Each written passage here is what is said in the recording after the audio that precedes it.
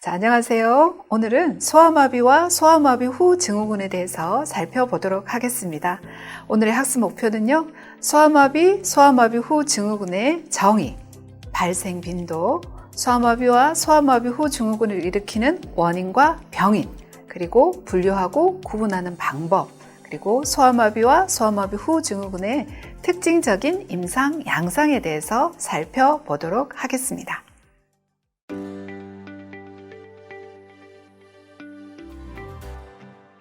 안녕하세요. 자, 지금 보여드리는 그림은 어떤 질환의 세계 분포도를 나타내는 것일까요? 한번 고민해 보십시오. 자, 오늘 학습해 볼 내용은 바로 소아마비입니다. 자, 소아마비는요, 1789년 언더우드에 의해서 처음 기술되었죠. 폴리오 바이러스에 의한 신경계 감염으로 발생되는 질환입니다. 급성 앞불 회색질 척수염이라고도 하고 아래운동신경원에 영향을 미치며 아래운동신경 손상 증후군이 발생하는 질환입니다.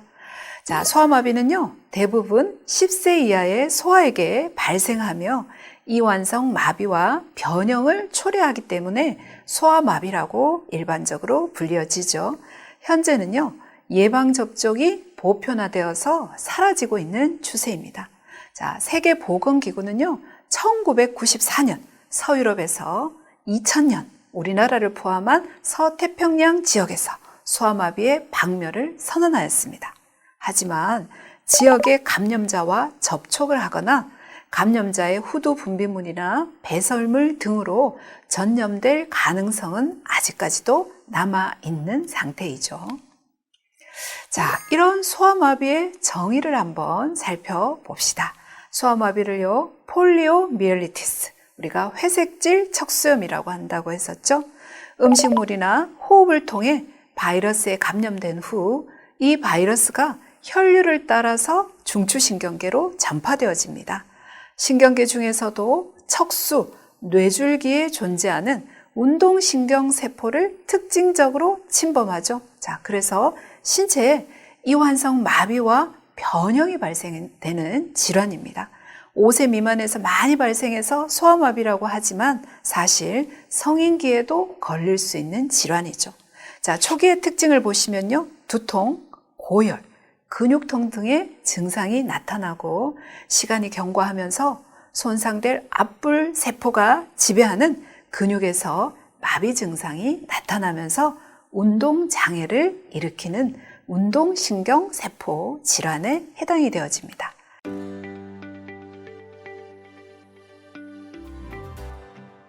자, 이런 소아마비의 발생 빈도를 우리가 한번 살펴봅시다. 역학적으로 전염성이 매우 강하여 전 세계적으로 발병하는 질환이죠. 특히 온대 지역에서 많이 발생합니다. 자, 1988년 소아마비가 발생된 전 세계 현황 지도를 여러분 보시고 계십니다. 자, 이 소아마비는요, 여름과 가을에 널리 퍼지는 신경계 바이러스 감염 질환 중에서 가장 흔한 형태인데요. 2014년 소아마비 발생 지역의 지도를 보시면 현저하게 줄어든 것을 확인할 수 있으십니다. 자, 우리나라의 발생 빈도를 살펴볼까요? 우리나라는요, 1962년에서 64년 사이 1세 발생률이 가장 높았고 3세 이하의 발병률은 약 70%를 보였습니다. 발생 연령이 10세 이하의 소아에서 주로 발생했고요. 가끔 20세 이후에도 발생하였죠. 남자가 여자보다 발생 비율이 더 높았고 우리가 그래프에서 보시는 것처럼 1950년대 발생률이 굉장히 높았지만 1955년 백신 접종이 시작된 이래로 점차 줄어들고 있습니다. 1988년에는요, 3만 5천 명 정도의 환자가 존재했었는데 2006년에 3,500명으로 환자의 수가 90% 이상 감소하였죠.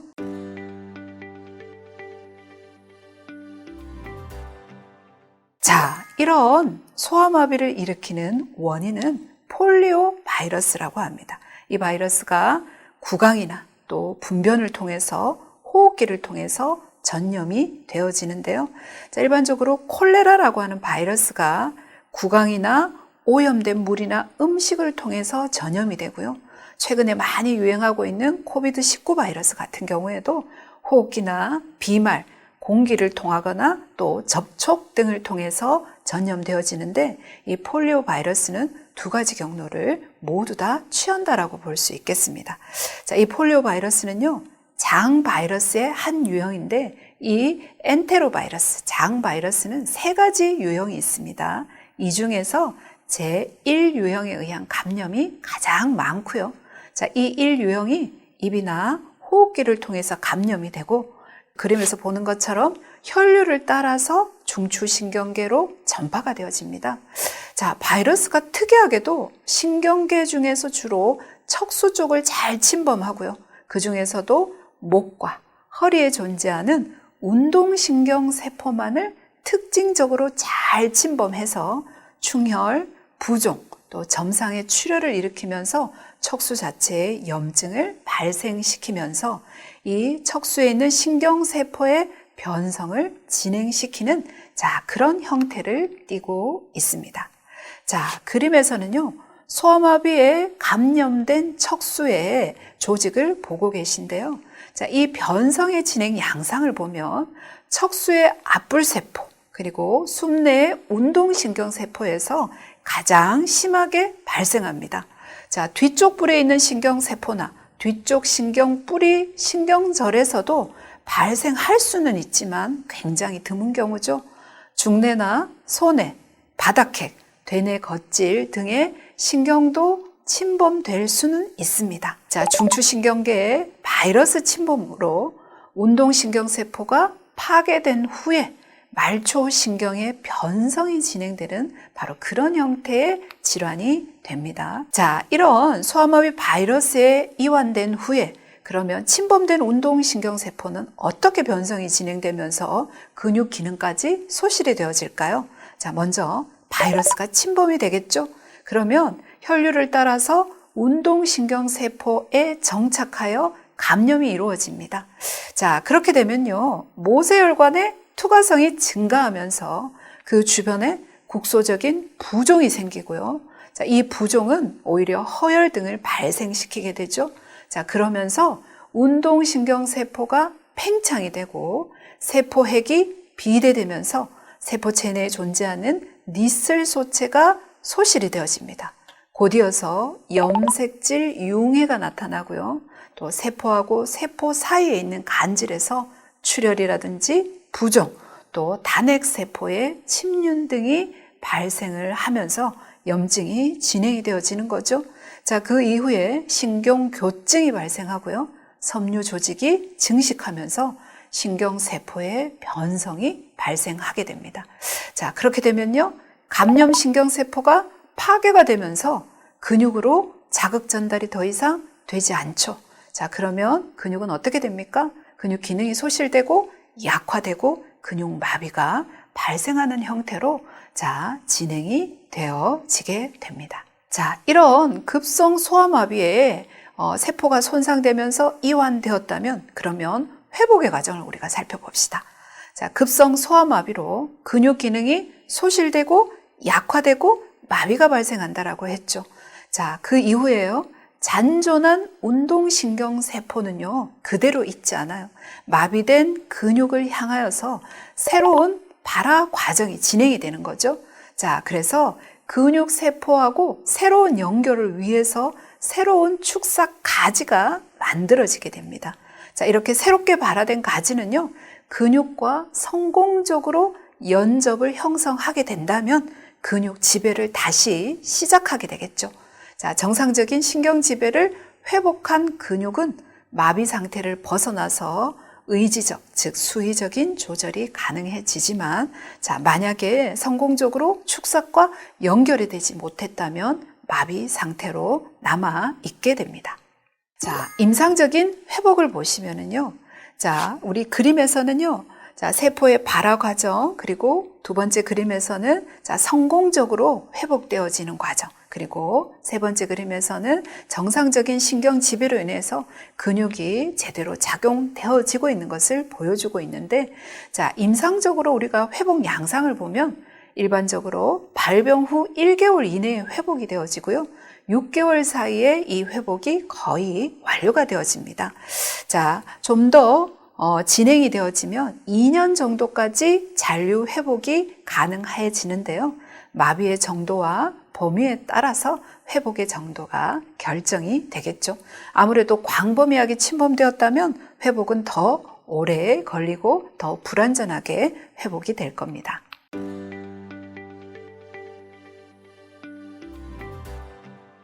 자, 이런 소아마비를 우리가 분류하고 구분해 봅시다. 자, 손상 부위와 마비 정도에 따라서 불연성, 그리고 감염형, 부전형, 비마비형 또는 마비형, 우리가 이런 식으로 분류를 해볼 수 있는데요. 자, 먼저 불현성 감염형을 한번 살펴봅시다.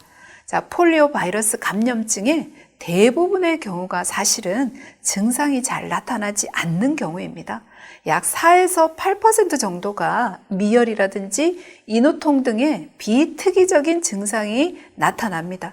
이게 폴리오 바이러스에 감염되었다고 꼭 인지를 못할 수도 있겠죠. 자, 증상이 사라진 후에 1에서 5% 정도 환자에서 무균성의 뇌 수막염이 발생될 수도 있습니다. 두 번째는요, 부전형이죠. 자, 부전형의 경우에는요, 척수 손상을 일으키지 않고 지나가는 형태입니다.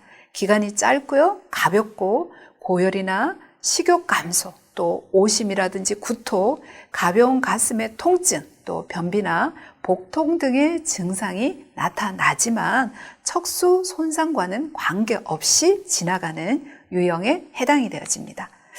자, 그 다음에는요, 비마비형을 우리가 볼 수 있습니다.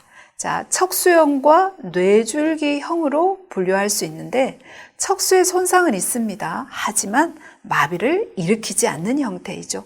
자, 부전형하고 비슷한 증상을 보이지만 정도는 더 심해지고요. 목이라든지 몸통, 팔, 다리 등의 근육통을 호소하면서 때로는 목과 척추부를 따라서 뻣뻣함과 통증 등을 호소할 수 있습니다. 자, 이런 유형이 나타나더라도 마비로 진행되지는 않게 되죠. 자, 그 다음에는요, 마비형입니다. 약 1% 정도에서만 나타나는 형태인데요. 자, 척수형과 뇌줄기형으로 분류할 수 있습니다. 자, 이것은요, 바이러스 감염 후 근육의 약화와 마비와 같은 증상이 나타나는 것을 의미하겠죠. 초기 증상은요, 비마비형하고 거의 같아요. 전반적인 근육의 약화가 발생하면서 불규칙한 근육의 수축이나 심한 변비, 또 근육의 쇠약, 호흡 약화라든지 삼킴 곤란, 또 약한 기침이나 홍조와 부분적으로 피부가 얼룩질 수도 있고요. 때로는 쉰 목소리가 나타나기도 하고 근육의 마비나 약화된 힘줄 반사, 그리고 일시적인 방광 마비와 같은 증상들이 추가되어서 나타날 수 있습니다. 자, 그림을 한번 보시면요. 자, 소아마비의 여러 가지 분류와 구분을 볼 때, 자, 부전형이 있습니다. 부전형 상태에서는요, 발열이나 발한 권태감, 두통, 경미한 위장관 장애 상태에서 회복이 되어질 수 있고요. 자, 수막형은요, 심한 두통이나 배나 팔, 다리의 통증이나 수막 자극 증세가 나타나지만 이 경우에도 어떻게 해요? 회복이 되어지죠. 이런 것들은 모두 다 마비가 나타나지 않기 때문에 비마비형이라고 하는데, 비마비형이 전체 소아마비 감염증의 95% 정도를 차지한다고 설명했습니다. 자, 그 다음에 이 상태에서 더 진행이 되어져서 심각해지면 척수형과 뇌줄기형으로 더 진행이 될 수 있죠. 척수형에서는요, 근연축, 근통증, 그리고 마비가 발생할 수 있고요. 뇌줄기형으로 진행될 때는 인두, 후두, 혀의 근육, 입술이나 얼굴 근육, 또 심장이나 호흡근 등에서도 침범이 발생될 수 있는데, 마비 상태로 진행이 될 수 있습니다.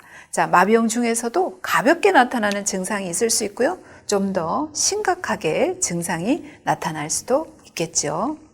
자, 우리가 소아마비가 그러면 진행 단계에 따라서 어떻게 되어지는지 우리가 한번 살펴봅시다. 이 소아마비의 진행 단계는요, 급성기와 회복기와 잔류기로 구분할 수 있습니다. 7에서 14일간의 잠복기를 거친 후에 증상이 발현이 되어지는데요.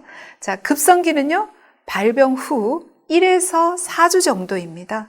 자, 급성기에서는요, 발열, 피로, 두통, 구토, 그리고 목 부분의 경직이라든지 팔, 다리의 통증과 가슴의 통증 등의 증상과 점진적인 이완성 마비가 진행이 되어집니다.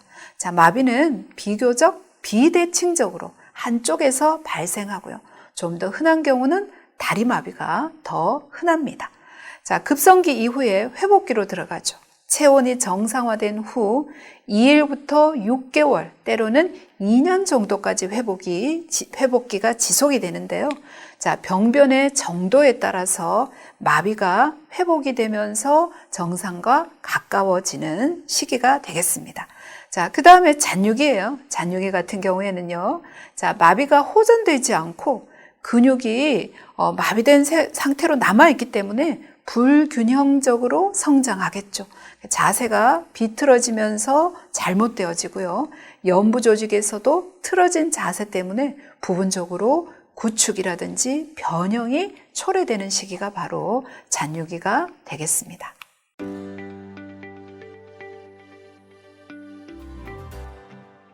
자, 이런 소아마비의 우리는 임상, 양상에 대해서 한번 살펴봅시다. 자, 변형 발생의 형태를 우리가 보시면은요. 자, 우리 그림에서는요, 다리 쪽에 굉장히 심하게 침범된 걸 보여주고 있습니다. 자, 엉덩관절의 굽힘과 또 벌림과 또 무릎관절의 굽힘과 변형, 굽힘 그리고 젖힌 무릎 변형이 나타나고요.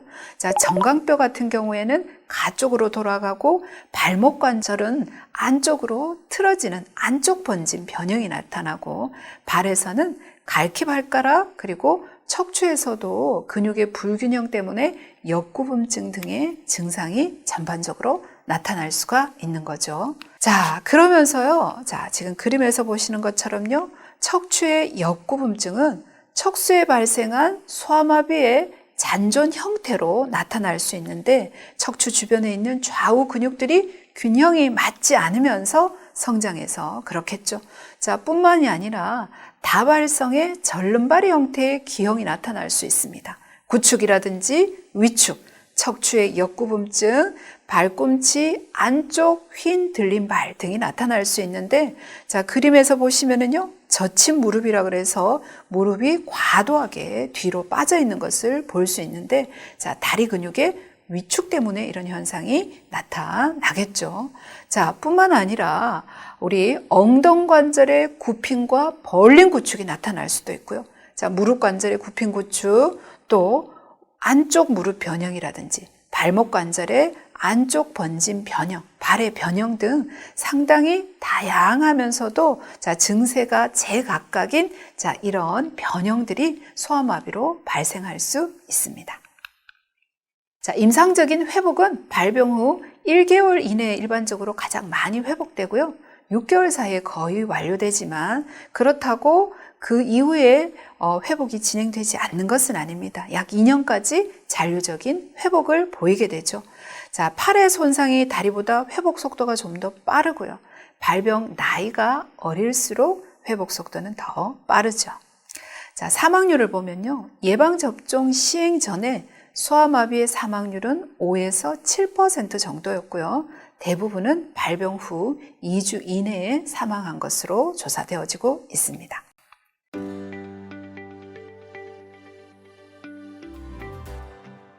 자, 이번에는요, 우리가 소아마비는 사실 예방접종이 시작된 이래 거의 대부분 사라졌다라고 볼 수 있습니다. 자, 근데 최근에는 소아마비보다는요, 소아마비 후 증후군이라는 것이 더 이슈로 대두되어지고 있죠. 자, 이 소아마비 후 증후군이라는 것은요, 소아마비에 감염되었던 사람들이 증상이 회복되고 또 감염 후 신경 손상에 따라서 결손이 회복이 되었죠.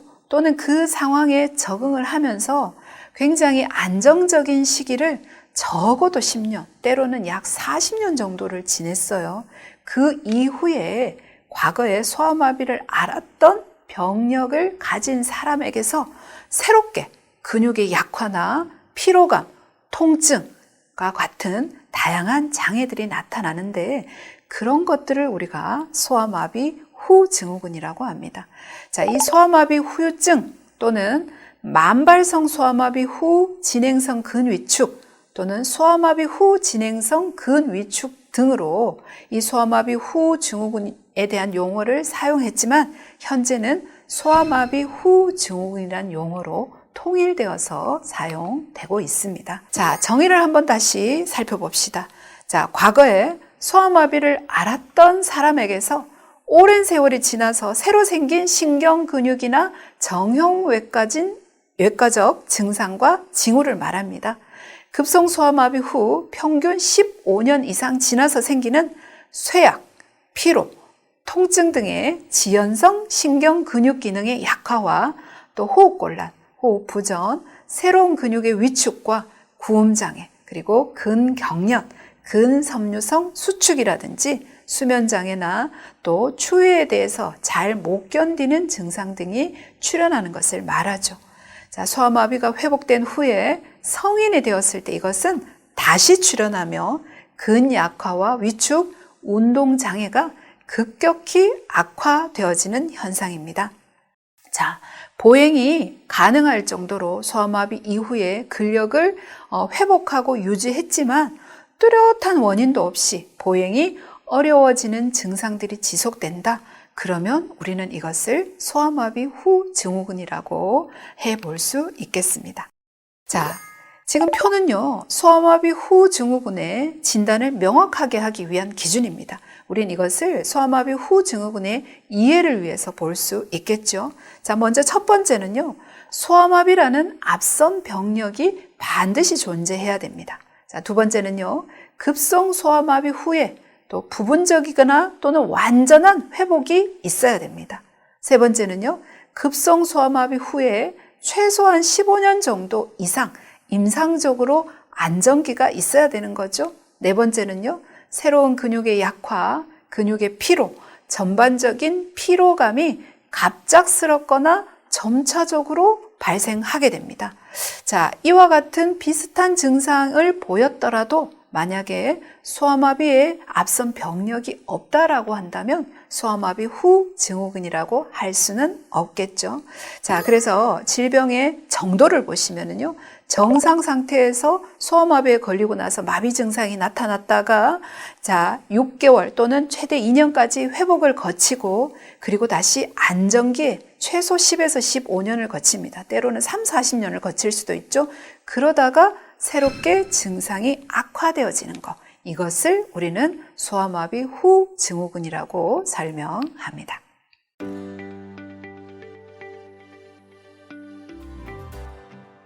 자, 이 소아마비 후 증후군의 발생 빈도를 살펴보면요, 소아마비로 생존한 자에서 28.5%에서 64% 정도 발생해요. 문헌별로 이 수치가 좀 다르기 때문에 이렇게 광범위하게 빈도수가 좀 달라지고요. 자, 비마비성 소아마비를 가진 불확실한 비율을 가진 사람들이 시간이 경과함에 따라서 소아마비 후 증후군이 발생을 하게 됩니다. 자, 급성 감염으로부터 소아마비 후 증후군의 발병까지의 시간은 감염 당시의 연령과는 사실 무관해요. 개인차가 굉장히 많아요. 자, 새로운 발병 평균 기간은요, 초기 급성 소아마비 감염부터 35년 정도 후이며 개인마다 달라서 아주 짧은 경우에는 8년 만에 발생하기도 했고요. 가장 긴 경우는 71년 만에 발생하기도 했습니다. 자, 그림은요, 소아마비 후 증후군의 발병 빈도를 연도별로 제시하고 있는 것을 보여주고 있습니다.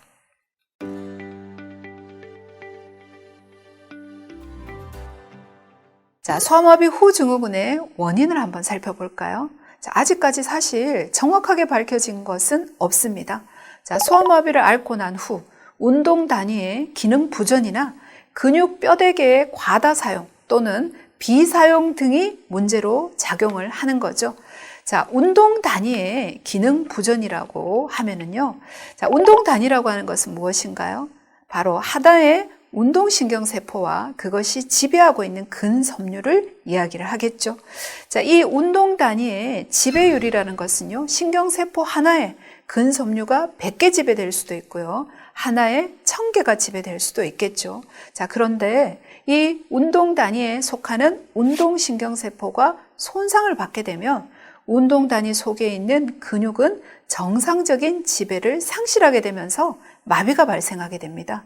자, 그렇게 되면 인접한 정상신경세포 또는 생존한 신경섬유가 마비된 근육을 지배하기 위해서 신경섬유의 삭상조직, 축삭을 성장시키면서 새롭게 신경지배를 회복하려고 하죠. 자, 이렇게 신경지배가 회복되면 그 마비된 근섬유는 어떻게 해요? 새로운 지배를 받으면서 마비에서 회복이 되어집니다. 자, 이렇게 10에서 30년 이상 안정적으로 근육이 사용이 되었죠. 자, 그러다가 인접신경이나 생존한 신경의 삭상 조직은 원래 자기가 해야 할 일 이상으로 너무 과도하게 일을 많이 하게 됐죠. 그래서 과다 사용 때문에 조기 위축이나 퇴화 현상이 발생한다. 이렇게 추정하고 있습니다. 자, 새로운 신경세포의 축삭의 발화 과정을 그림을 통해서 설명하면 우리 다음과 같습니다. 첫 번째는요, 세포의 발화 과정이 나타나게 됩니다. 자, 뇌줄기나 척수의 운동신경세포가 근육세포와 연결되기 위해서 새로운 가지를 만들죠. 예, 그 다음에 새롭게 발화된 가지는요, 근육 수축을 일으키고 근육의 기능이 부분적으로 또는 완전히 회복되어집니다. 자, 근육 섬유가 정상적으로 신경 지배를 받게 되는 거죠. 자, 이 기간이 10년에서 때로는 40년 정도까지 연장되어질 수 있습니다. 자, 오랜 기간 사용이 되었죠. 근데 시간이 지남에 따라서 새롭게 발화된 축삭이 너무 과도하게 사용된 현상이 나타나고요. 자, 이것이 조기의 위축이나 퇴화를 일으키면서 다시 근육이 약화되거나 마비되는 증상이 나타나는 것입니다. 자, 이번에는요, 소아마비 후 증후군의 병인들에 대해서 살펴봅시다. 자, 첫 번째는요, 초기 소아마비 시기에 앞불세포가 손상된 것이 1차적인 원인이라는 것입니다. 자, 마비성 소아마비에 강한 발병이 있을수록 소아마비 후 증후군의 발병 위험성이 높아지겠죠. 자, 두 번째는요, 노화로 소아마비 후 증후군이 발병하는 것입니다. 자, 50대에 앞불세포의 상실이 시작이 되어지고요. 자, 60세 경이 되면 신경세포 상실이 약 50% 정도에 이른다고 해요. 그래서 연령의 변화가 굉장히 중요한 요인이 되기도 합니다. 자, 세 번째는요, 이미 약화된 근육들이 과사용되고 또 이것이 피로가 생기고 또 이것이 새로운 근육 약화를 일으키는 요인이 되도록 하는 것입니다. 자, 급성소아마비 후의 시간의 길이, 또 관절 및 근육의 통증, 또 신체 활동 및 체중의 증가, 자, 이런 것들이 소아마비 후 증후군과 관련된 요소들인데요. 자, 소아마비 회복 후에 수년간에 걸친 과다한 사용은 새로운 축삭돌기의 삭상 조직화, 또 재생 불가능을 초래하는 신진대사에서의 기능 부전을 유발할 수가 있는 것입니다.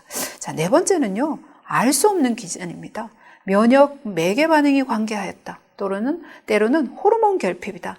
때로는 환경 오염제 때문에 재활성화된 잠복성 폴리오 바이러스가 지속된다. 이런 것들을 여러 가지 얘기하고 있는데 잘 알 수 없는 기전이 작동하고 있는 것이죠.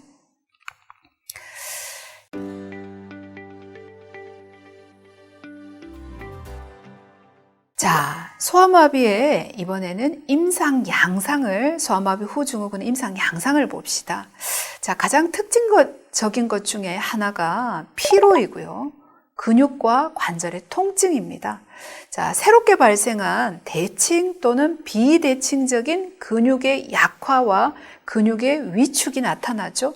자, 옷 입기, 계단 오르기 등의 일상생활 활동에 어려움이 발생하고요. 호흡 근육이 약화되어집니다. 그래서 가로막이라든지 가슴 우리의 움직임이 감소되면서 호흡 기능이 상실되어질 수 있고요. 자, 이것은 뒤이어서 폐렴의 위험성을 증가시키는 거죠. 자, 호흡근의 약화가 더 진행이 되면 무호흡이 나타날 수도 있고요. 이것이 수면 장애를 야기시킬 수 있습니다. 또 낮 동안에 호흡 근육의 기능이 잘 작동하지 못했기 때문에 야간에 혈중 산소 결핍이 더 증가하는 양상을 띠기도 합니다. 자, 숨내형 소아마비 후 증후군 같은 경우에는요, 먹기와 삼키기가 곤란해지고요. 자, 심한 경우에는 언어 곤란이 생길 수도 있고 또 신목소리나 발음이 어려워지는 증상이 생길 수도 있습니다. 또 척수의 중앙 가쪽의 병변의 경우에는요, 혈관마비, 혈관의 울혈, 또 열의 과도한 손실 등으로 추위에 노출되었을 때 추위에 대한 내성이 약해지는 특징이 나타나기도 합니다. 또 관절들의 생리학적인 변화가 나타나기도 하죠. 그래서 퇴행성 관절염이 증가하기도 하고요. 또 사회 문제와 정신적인 문제가 발생하죠. 그래서 장기간의 기능적인 장애, 일상생활의 어려움, 그리고 부정적인 사고 같은 것들을 나타낼 수도 있습니다. 자, 이런 모든 증상들이 급성소아마비 감염에서 회복된 후에 안정적인 기간을 지난 후에 발생할 수 있다는 것이죠. 자, 소아마비 후 증후군에서 나타나는 임상적인 양상들을 지금 나열하고 있습니다. 근육의 위축, 추위에 대한 내성 약화, 피로, 호흡장애나 심장장애, 관절이나 근육 통증과 약화, 또 수면장애 등이 일반적으로 나타날 수 있는 증상, 징후들이 되고요. 자, 이 중에서 보면 피로를 호소하는 경우가 62에서 89% 정도로 굉장히 많죠. 근육의 통증을 호소하는 경우는요, 39에서 86%. 자, 관절의 통증을 호소하는 경우는요, 51에서 79%. 자, 근약화를 나타내는데 마비에서 회복된 근육에서 다시 나타나는 근약화가 54에서 87%. 자, 마비되지 않았던 정상 근육에서 나타나는 근약화도 33에서 77%나 되어집니다. 자, 추위에 대한 내성 약화를 보이는 환자가 29에서 56%, 자, 근위축 소견을 보이는 사람들이 28에서 39%. 자, 보행장애도 나타날 수 있겠죠? 그래서 보행장애가 52에서 85%, 계단 오르기 장애, 그리고 옷 입기 장애들도 나타날 수 있는데, 자, 개인마다 한두 가지가 겹치기도 하고요. 때로는 여러 가지 증상들이 많이 겹쳐서 나타날 수도 있습니다.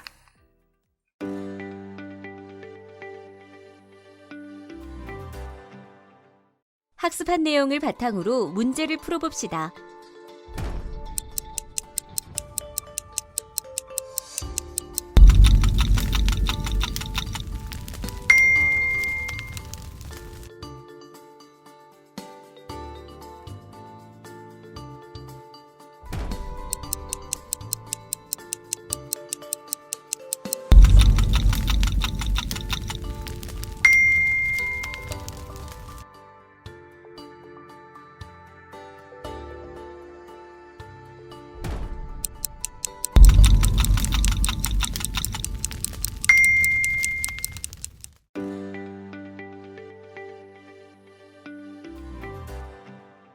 자, 이렇게 소아마비 후 증후군을 일으키는 임상 양상들에 대해서 살펴보았습니다. 자, 오늘은요, 소아마비와 소아마비 후 증후군에 대해서 살펴보았죠.